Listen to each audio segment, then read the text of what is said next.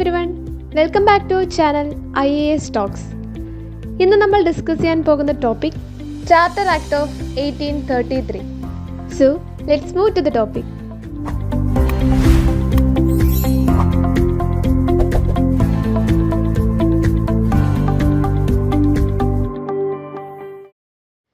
Charter act of 1833.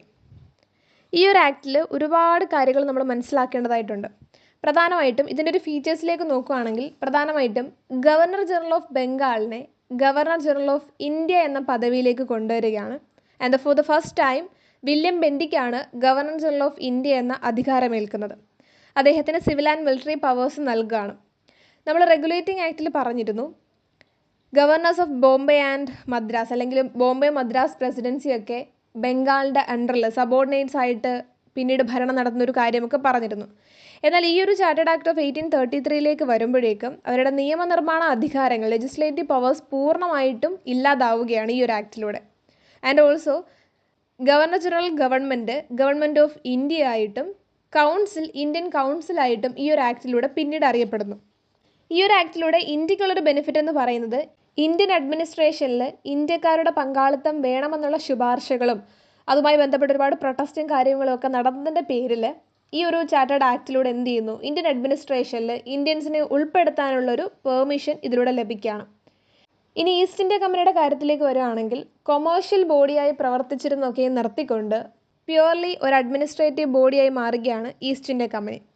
ഇനി എംപ്ലോയ്മെൻറ്റിൻ്റെ കാര്യത്തിലേക്ക് വരികയാണെങ്കിൽ കളർ, റിലീജിയൻ, റേസ്, ബർത്ത് ഇതിൻ്റെ ഒന്നും അടിസ്ഥാനത്തിലായിരിക്കില്ല ഒരാൾക്ക് ജോലിയിലേക്ക് അല്ലെങ്കിൽ ഒരു സർക്കാർ ജോലിയിലേക്ക് പ്രവേശിക്കാൻ സാധിക്കുക. മറിച്ച് മെറിറ്റ് അടിസ്ഥാനത്തിൽ മാത്രം ആളുകൾക്ക് ജോലിയിൽ പ്രവേശിക്കാനുള്ള ഒരു അവസരം ഈ ഒരു ചാർട്ടേഡ് ആക്ട് മുമ്പോട്ട് കൊണ്ടുവരുന്നു.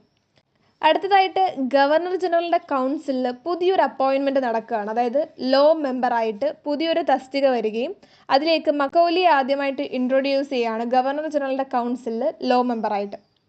ചാർട്ടേഡ് ആക്ടിൻ്റെ ഏറ്റവും പ്രധാനപ്പെട്ട ഫീച്ചേഴ്സാണ് നമ്മളിപ്പോൾ പറഞ്ഞത്. എന്നാൽ ഇതുമായി ബന്ധപ്പെട്ട് മറ്റ് പ്രധാനപ്പെട്ട പോയിന്റ്സ് എന്ന് പറയുന്നത് സിവിൽ സർവൻസിന് ആദ്യമായിട്ട് ഒരു ഓപ്പൺ സെലക്ഷൻ സിസ്റ്റം കൊണ്ടുവരണം എന്നുള്ളൊരു ശുപാർശ അല്ലെങ്കിൽ അത്തരത്തിലുള്ളൊരു ഐഡിയ ആദ്യമായിട്ട് കൊണ്ടുവരുന്നത് ഈ ചാർട്ടേഡ് ആക്റ്റാണ്. അതേപോലെ ഇന്ത്യൻസ് ലോ എല്ലാം ഒന്നുകൂടെ കോഡിഫൈ ചെയ്യുകയും കൺസോളിഡേറ്റ് ചെയ്യുകയും ചെയ്തു. ആൻഡ് സ്ലേവറി അബോളിഷ് ചെയ്തതും ഈ ഒരു ചാർട്ടേഡ് ആക്ടിലൂടെയാണ്. സോ ഇത്രയും കാര്യങ്ങളാണ് ചാർട്ടേഡ് ആക്ട് ഓഫ് 1833 ബന്ധപ്പെട്ട് നമ്മൾ മനസ്സിലാക്കിയിരിക്കേണ്ടത്. സോ നമുക്ക് പോയിന്റ്സ് ഒന്നുകൂടെ റീകളക്ട് ചെയ്യാം. First point, governor general of Bengal governor general of India ആയി മാറി. And for the first time William ബെൻഡിക്കാണ് ഗവർണർ ജനറൽ ഓഫ് ഇന്ത്യ ആയത്. അദ്ദേഹത്തിൻ്റെ മിലിറ്ററി ആൻഡ് സിവിൽ പവേഴ്സ് കൂടെ അദ്ദേഹത്തിന് ലഭിക്കുകയുണ്ടായി. Then governors of Bombay and Madras അവരുടെ ലെജിസ്ലേറ്റീവ് പവേഴ്സ് പൂർണ്ണമായും ഡിപ്രൈവ് ആവുകയാണ്, പൂർണ്ണമായും അവർക്ക് നഷ്ടപ്പെടുന്നു. ഗവർണർ ജനറൽ ഓഫ് ഗവൺമെൻറ് ഇനി മുതൽ ഗവൺമെൻറ് ഓഫ് ഇന്ത്യ എന്ന പേരിലും ഇന്ത്യൻ കൗൺസിൽ എന്ന പേരിലും അറിയപ്പെടും. And the next point is that Indian അഡ്മിനിസ്ട്രേഷനിൽ ഇന്ത്യൻസിനെ ഉൾപ്പെടുത്താൻ ഉള്ള പെർമിഷൻ ലഭിക്കുകയുണ്ടായി. ആൻഡ് ഒരു എംപ്ലോയ്മെൻറ്റിൻ്റെ കാര്യത്തിലേക്ക്, ഒരു ജോലിയിലേക്ക് വരുമ്പോഴേക്കും അവിടെ മെറിറ്റ് അടിസ്ഥാനത്തിൽ മാത്രമായിരിക്കും ആളുകളെ സെലക്ട് ചെയ്യുക. അവിടെ കളറോ റിലീജിയനോ റേസോ ബർത്തോ ഇതൊന്നും നോക്കിയിട്ടായിരിക്കില്ല. ഇനി ഈസ്റ്റ് ഇന്ത്യ കമ്പനിയുടെ കാര്യത്തിലേക്ക് വരുമ്പോൾ കൊമേഴ്ഷ്യൽ പവർ അവർക്ക് നഷ്ടമായിട്ട് പ്യുവർലി ഒരു അഡ്മിനിസ്ട്രേറ്റീവ് ബോഡി ആയിട്ട് ഈസ്റ്റ് ഇന്ത്യ കമ്പനി മാറുകയാണ്.